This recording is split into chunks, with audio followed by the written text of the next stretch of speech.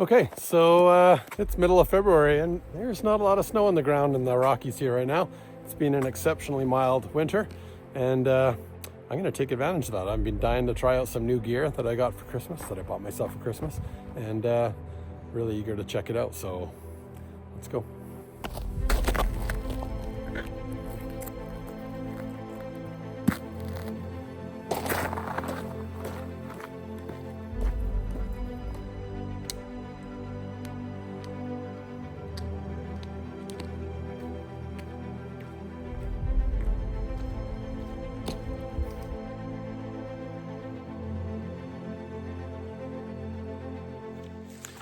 So, be a fairly mild weekend here, but it's still only 2 degrees Celsius right now where I am. It's quite windy today, and it's expected to drop to about -6, -7 overnight tonight. So one of the things I'm really excited to try out here is my new Zenbivy Ultralight bed in the 10 degree version of it. 10 degree Fahrenheit version. So this will be definitely a test. I'm not going too far into the backcountry, so this is my first outing in it in the Rockies here, so really don't know what to expect with it. So I'm staying relatively close to the parking lot, that if something happens I could bail in the middle of the night if I needed to. I'm not going too far, just far enough in that I get a nice little wilderness adventure this weekend that I've been just dying for.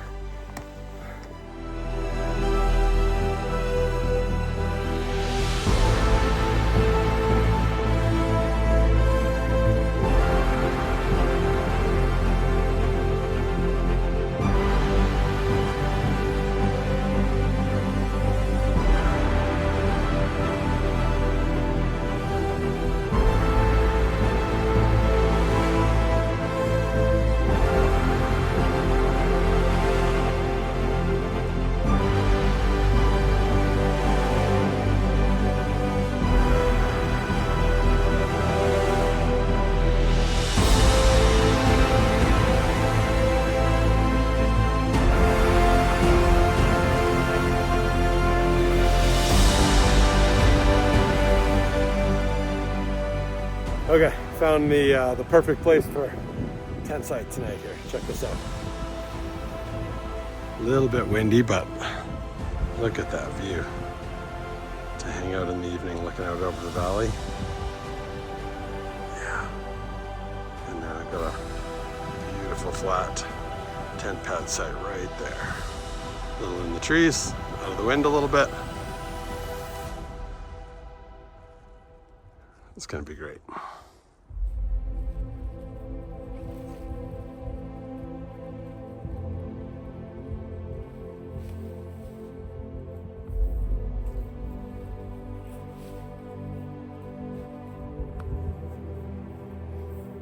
Welcome to camp.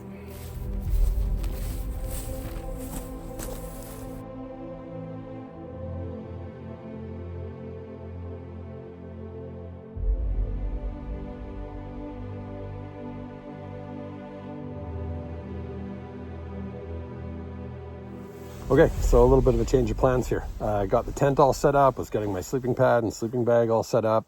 Got a little bit windy, and I just went to go put a couple of extra guy lines on the tent to secure it. And while I was hammering in peg for a guy line, it pretty much put it right next to a really large pile of grizzly bear scat. And yeah, I kind of got spooked, obviously. And just packed everything up, kept on hiking, and ended up at the campsite and setting up at the campsite here in the dark. And I'm recording this at a picnic table now. I'm just about to have some dinner, and everything's all set up. Very excited to try a couple of things out tonight. First one being the Zenbivy 10 degree Fahrenheit. So yeah, it's going to be about -6 tonight. So this will be a really good test. 6 degrees Celsius. So this will be a good test to see how comfortable it is. I'll definitely report back in the morning how the night goes for that. Also having another night in the Durston X-Mid 2 Pro Plus, and always excited to test that one out and just see how it's handling condensation. And just it's super easy to set up here, although the ground is completely frozen, so getting some pegs in was a little bit challenging today. But yeah, really excited overall to be out here. It's been a long time, and it's definitely needing an adventure right now. So anyway, I'm about to have some dinner, and I'll get back to you in the morning.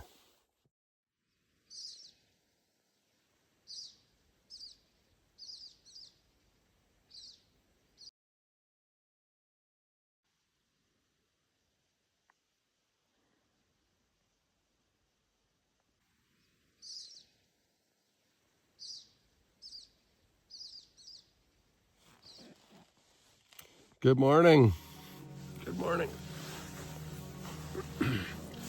Had a great sleep last night.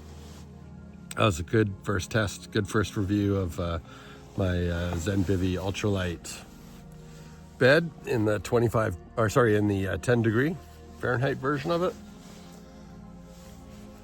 So let's talk about last night. It got quite cold last night. It was minus 6 degrees Celsius outside, but minus 4 degrees Celsius inside the tent, and cold enough that all my water froze. So I have to get a little bit of tea going this morning, first thing. But I was toasty warm. I was not cold at all. Even getting up to go to the bathroom in the middle of the night and coming back when you're kind of normally pretty cold. I just warmed up right away. All the warmth that I left the sleeping bag, it was still in the quilt when I got back, which was amazing. So yeah, reviews overall. Some things that I was very skeptical about at the very beginning, particularly this, they call it the head garage, I think, but the hood in general. It's a very odd shape. It's very rectangular. It's got this kind of tapered cutout in the middle. So when you're lying on your back, I was really skeptical that there'd just be all this space, then it wouldn't really function like a proper hood and a mummy bag, which I think is a warranted concern. It just, it doesn't really come around the face as well as you'd maybe think that it would when you're just lying in it on your floor in your living room. But the reality is, once you're in it, on these sides, all this extra quilt fabric gets tucked up here on both sides, and it fills that space so well that it essentially feels just like any mummy hood, like the hood from a mummy bag that I've ever used before, which was a really pleasant surprise. So sleeping on my back felt very comfortable. It's high enough that it doesn't come over your face and feel claustrophobic. Just comes over just enough that it was great to kind of keep my eyes covered when it's, when the sun is coming up and I wanted to sleep a little bit longer. So that was a nice little surprise. Now on your side, this again was very surprising to me. So let's go back onto my side. When you're on your side, what ends up happening is, again, I thought that, it's not actually that long to cover the face when you're there. But what happens on your side is you actually sleep with your head pushed right into the back of that part there. And my arm, that always feels awkward during the night when I'm camping. I never really know what to do with it. It's always hanging out of my quilt. That's my big complaint. Usually it kind of, it's hanging out. It falls off my sleeping mat and it's just cold. I usually have to wear a glove. I did not with this one. What was here, or in this particular case, is the hand just is inside the hood, pushing the hood away, and it's just wrapped up in all the extra quilt here. You just cover your hand with that, and it was so warm all night, and it felt so natural as a side sleeper to have my hand in this spot, and it keeps it on the sleeping pad. It's not falling off the sleeping pad onto the cold ground. It's just all contained. Everything felt very secure and very contained. My other hand, I could kind of tuck my chin in like this, and I was completely contained. It was probably the most comfortable side sleeping that I've ever done in the backcountry, period, by a long shot, actually. The pillow is the Zenbivy pillow, the ultralight pillow, the inflatable with the pillow, the down pillow topper. And I like flat pillows, so I've got it deflated part way. with the down on top of it. And it was plenty of down. I didn't know if it would be. I thought I might have to supplement it with like my down vest or something like that, but it was really quite plush, and no pressure points on my ear or on my jaw that I sometimes get with my other pillows, even my pillow at home. This was really a very surprisingly comfortable pillow. And this is the first time my pillow's not moved around on me in the middle of the night. The little clips that it has on the inside keep it secure. And then even if I wasn't clipped, just having it in this hood system kept it exactly where it needed to be during the night. It did not move around at all. So that was a really, really pleasant surprise. It was a very comfortable sleep. By far the most comfortable backcountry sleep I've ever had in a sleeping bag or sleeping quilt. And I've gone through many, many different versions of those. As far as like fabric goes, it's very damp and humid. It snowed during the night. It was windy during the night. It was kind of blowing some of the condensation off of the inside of the tent onto the sleeping bag quilt. And it does not feel damp at all, not even a little bit. Even in the parts where the fabric touched the side of the tent that is damp, does not feel damp to touch to my hand at the moment right now, which is, I appreciate that. There was some dampness right on the outside here where I've been breathing all night, and it was pretty, all my moist air coming out of my mouth was probably a bit of drool too, was on the side of the sleeping quilt here. I wiped it off with my trusty little chamois, and it feels completely dry now. It doesn't feel like it's saturated through at all. It doesn't feel like it's affecting the down at all. So very pleasantly surprised by that. The only one thing that I might say about this is the foot box is quite roomy. Now as a pro, that's lots of room. It does not feel claustrophobic. It feels just like a bed at home. I can splay out. I can put my legs out to the side. I can starfish. It felt very comfortable. But when it's colder temperatures, the reason why a mummy bag is shaped the way that it is to maximize the efficiency inside, so you're not warming up a big open vault, big bunch of empty space. And I did feel a little bit of that last night. And I essentially remedied that by just stuffing all my extra clothes down in a stuff sack in the bottom of the sleeping bag, and that took up a bunch of space. It was instantly warmer as soon as I did that, and also it provided I could put it underneath my knees and between my knees, which was more comfortable during the night anyway. So that was a really extra nice little bonus.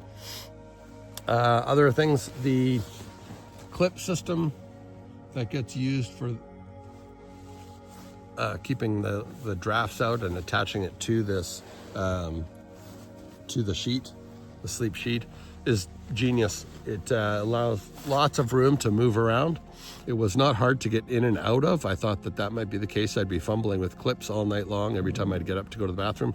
But all I really needed was to undo one clip, and I could get in and out of it very easily. And in fact, I never bothered clipping it up again when I came back. It just the nature of it with all the other ones clipped up, and then this, I just undid this top clip, just the yellow one, and then all of this extra material, stuffing it up inside the pillow or inside the hood, it just kept it draft free anyway. It didn't need it. So at no point did I feel any drafts coming in from the side. The only cold points that I had during the night were actually from my sleeping pad, and there were parts during the night that I actually could feel temperature, leaking out or leaching out through. When I'm on my side, it was coming through my hips and my kidney area, and on my back, I could feel it coming out under my bum and underneath my hips. But other than that, it was not a failure of the quilt by any means. And I was quite surprised by that, because I'm on the Nemo Tensor Extreme, and this has an R value that should easily get you down to -5 or -6 degrees Celsius at night. And it's on top of some Reflectix foam that I use just to prevent punctures and give a little bit of extra cushion. And it was the cold spot. It was the weak part during the night. It was not the quilt at all. And I was very, very pleased with the quality of the Zenbivy. I would highly recommend it for anybody who's waffling, anybody who's looking to upgrade. So yeah, that's my recommendation. Now, as another area of interest, they also sell a conversion kit now that allows you to take any top quilt and attach these little clips onto it so that you can turn the draft, the sleep sheet, the draft tubes, and the hood.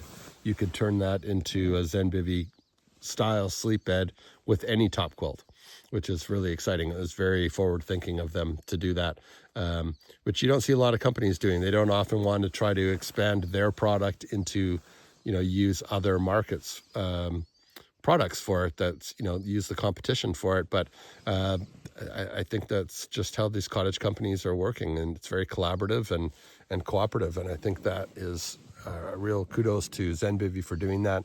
It'll probably sell them a few extra sleep sheets that people wouldn't otherwise, for people that already own their own quilts. So probably good for them as well. So overall, excellent choice. I'm very pleased that I happened to buy it for myself for Christmas. I'm very excited to have tried it out and look forward to lots more nights this summer in the Canadian Rockies. All right, signing off.